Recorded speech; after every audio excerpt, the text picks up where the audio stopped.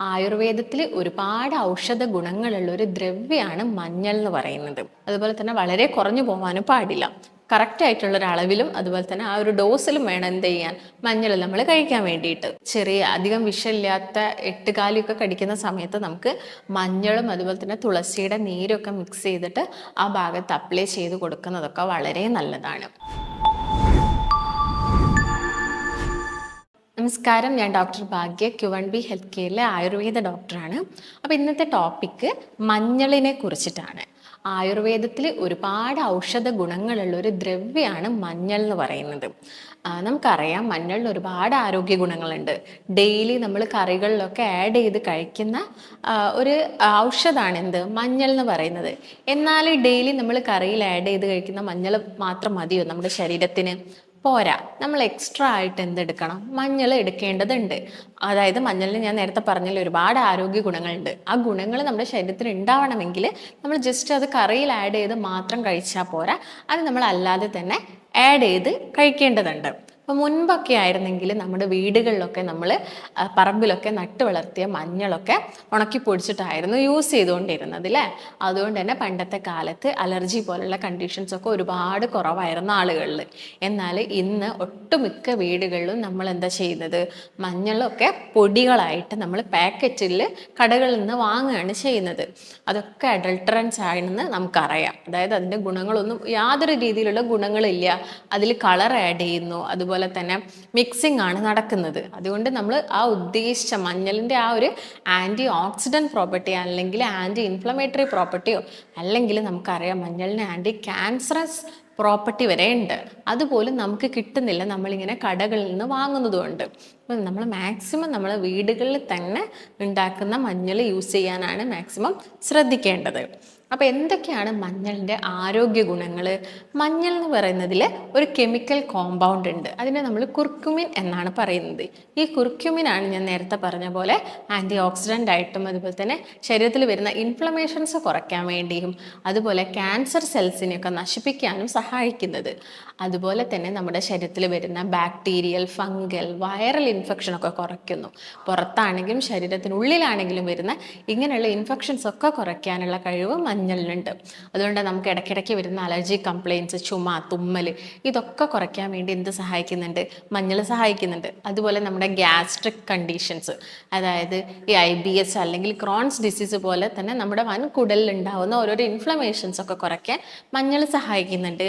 അതുപോലെ നമ്മുടെ ലിവറിൽ വരുന്ന ടോക്സിൻസ് ഒക്കെ റിമൂവ് ചെയ്യാൻ വേണ്ടിയിട്ട്, അതായത് അതിപ്പം നിങ്ങൾ ഒരുപാട് മദ്യമൊക്കെ യൂസ് ചെയ്തിരുന്ന ആളായിരുന്നെങ്കിൽ ഒരു ആൽക്കഹോൾ ഇൻടോക്സിക്കേഷൻ പോലുള്ള കണ്ടീഷൻസൊക്കെ പ്രിവെൻറ്റ് ചെയ്യാൻ മഞ്ഞളിന് സഹായിക്കുന്നുണ്ട്.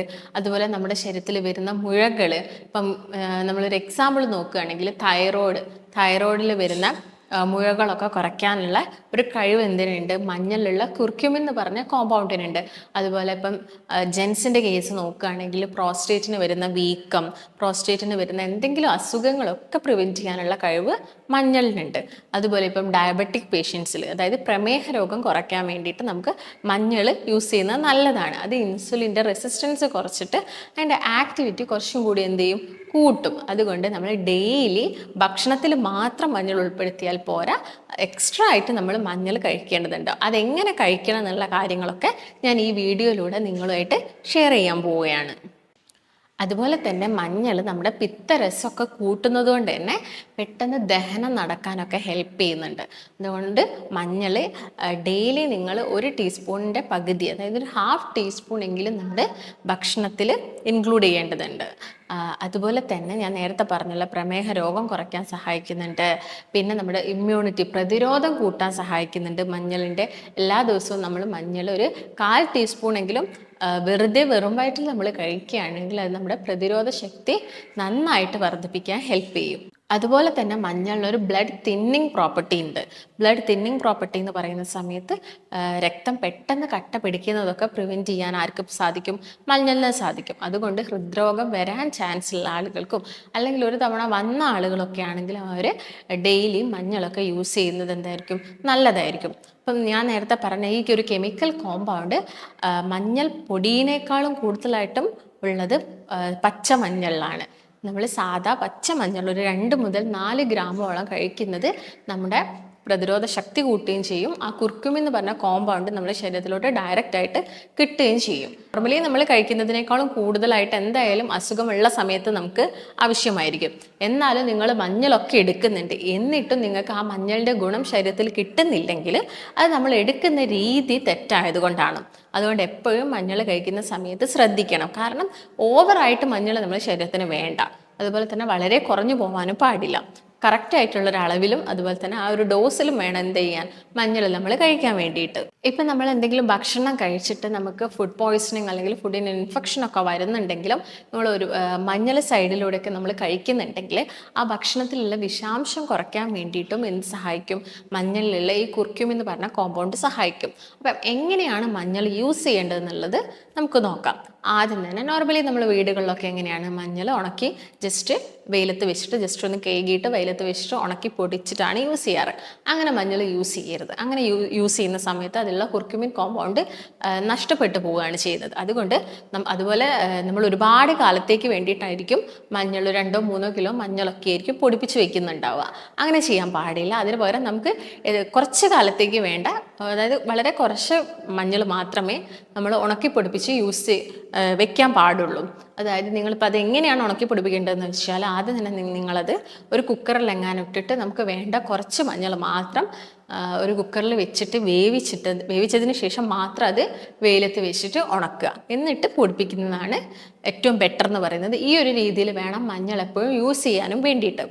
അതുപോലെ എങ്ങനെയാണ് മഞ്ഞൾ ഡെയിലി ഭക്ഷണത്തിൽ ഉൾപ്പെടുത്തേണ്ടതെന്ന് നോക്കുന്ന സമയത്ത് വലിയ ആളുകളൊക്കെ ആണെങ്കിൽ നിങ്ങൾ പാലൊക്കെ ഡെയിലി കുടിക്കുന്ന ആളുകളാണെങ്കിൽ നിങ്ങൾ തിളപ്പിച്ച് ആറിയ പാലിൻ്റെ അകത്ത് ഒരു 1/2 ടീസ്പൂൺ മഞ്ഞളും അതുപോലെ തന്നെ ഒരു 2 പിഞ്ചോളം കുരുമുളക് പൊടിയും കൂടി മിക്സ് ചെയ്ത് കഴിക്കുകയാണെങ്കിൽ നമുക്ക് പ്രതിരോധ ശക്തിയൊക്കെ കൂട്ടാൻ സാധിക്കും. അതുപോലെ തന്നെ ചെറിയ മക്കളാണെങ്കിൽ നമുക്കത് ചെറു തേനിൽ മിക്സ് ചെയ്ത് കൊടുക്കാം. അല്ലെങ്കിൽ പാലൊന്നും പറ്റുന്നില്ല, പാല് ചില ആളുകൾക്ക് അലർജിയോ അല്ലെങ്കിൽ കഫക്കെട്ടോ ഒക്കെ ഉണ്ടാക്കുന്നുണ്ടെങ്കിൽ അത് നമുക്ക് ഒരു ഇളം ചൂടുവെള്ളത്തിൽ മിക്സ് ചെയ്തിട്ട് എടുക്കാവുന്നതാണ്. അതുപോലെ ഇപ്പോൾ സ്കിന്നിലൊക്കെ ഇൻഫെക്ഷൻ വരുന്ന സമയത്ത് നോർമലി നമ്മൾ മഞ്ഞളൊക്കെ അപ്ലൈ ചെയ്ത് കൊടുക്കാറുണ്ട്.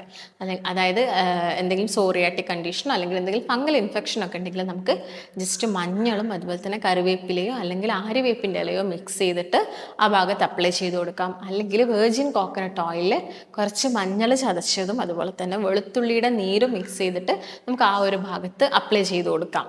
അതുപോലെ തന്നെ നമുക്ക് ഈ കുഴിനകം പോലുള്ള കണ്ടീഷനൊക്കെ വരുന്ന സമയത്ത് മഞ്ഞളും വേപ്പെണ്ണയും കൂടി മിക്സ് ചെയ്തിട്ട് അല്ലെങ്കിൽ ആര്യവേപ്പിൻ്റെ ഇലയും മഞ്ഞളും കൂടി ജസ്റ്റ് മിക്സ് ചെയ്തിട്ട് നമുക്ക് ആ ഒരു ഏരിയയിൽ അപ്ലൈ ചെയ്ത് കൊടുക്കാം. അല്ലെങ്കിൽ നമുക്ക് മുഖക്കുരുവൊക്കെ വരുന്ന ആളുകളാണെങ്കിൽ കുരു വന്നു പോയതിന് ശേഷം ആ ഒരു പാട് മായ്ക്കാൻ വേണ്ടിയിട്ട് നമുക്ക് മഞ്ഞളും അതുപോലെ തന്നെ കറ്റാർവാഴയും കൂടി മിക്സ് ചെയ്തിട്ടും ആ ഒരു ഭാഗത്തൊക്കെ അപ്ലൈ ചെയ്ത് കൊടുക്കുന്നത് വളരെ നല്ലതാണ്. അതുപോലെ തന്നെ ഞാൻ നേരത്തെ പറഞ്ഞല്ലോ, പ്രമേഹ രോഗികൾക്ക് മഞ്ഞൾ കഴിക്കുന്നത് നല്ലതാണ്. അത് ജസ്റ്റ് കറിയിൽ മാത്രം ഇട്ടാൽ പോരാ, അവർ എക്സ്ട്രാ ആയിട്ട് വേറെ തന്നെ എടുക്കണം. അതായത് മഞ്ഞളും നെല്ലിക്കയും കൂടി അവർക്ക് ജസ്റ്റ് ഒന്ന് അടിച്ചിട്ട് അത് അരിക്കാതെ ജസ്റ്റ് ഒന്ന് മിക്സിയിൽ അടിച്ചതിന് ശേഷം അത് അരിക്കാതെ അവർക്ക് എന്ത് ചെയ്യാം, ഡെയിലി ഒരു 1/4 ഗ്ലാസ് ഡെയിലി മോർണിംഗ് വെറും വയറ്റിലൊക്കെ എടുക്കുന്നത് അവരുടെ പ്രമേഹ രോഗം പെട്ടെന്ന് കുറയാനൊക്കെ സാധിക്കും.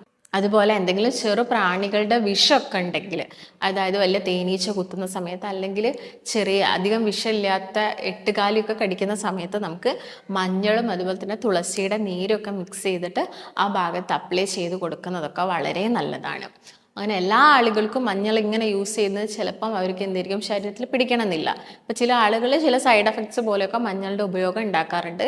അതായത് ഓവറായിട്ട് മഞ്ഞൾ വെറും വയറ്റിലൊക്കെ കഴിക്കുന്ന സമയത്ത് ഗ്യാസിൻ്റെ അല്ലെങ്കിൽ ഗ്യാസ്ട്രിക് കംപ്ലയിൻസ് ഒക്കെ ആളുകളിൽ കണ്ടുവരുന്നുണ്ട്. അങ്ങനെയുള്ള ആളുകളാണെങ്കിൽ അത് വെറും വയറ്റിലൊന്നും കഴിക്കാതിരിക്കുക. അല്ലെങ്കിൽ ഇടയ്ക്കിടയ്ക്ക് ഇങ്ങനെ ഡയറിയ വരിക, വയറിളക്കം വരുന്ന ആളുകളൊക്കെ ആണെങ്കിലും മഞ്ഞൾ ഈ പറഞ്ഞ രീതികളിലൊന്നും യൂസ് ചെയ്യാതെ ജസ്റ്റ് അത് കറിയിൽ ആഡ് ചെയ്ത് കഴിക്കുന്നത് തന്നെയാണ് ഏറ്റവും ബെറ്റർ എന്ന് പറയുന്നത്. അപ്പോൾ ഇത്രയും പറഞ്ഞ കാര്യങ്ങളാണ് മഞ്ഞളിൻ്റെ ഔഷധ ഗുണങ്ങൾ, അതുപോലെ തന്നെ നമ്മുടെ ശരീരത്തിൽ വരുന്ന മാറ്റങ്ങൾ എന്ന് പറയുന്നത്.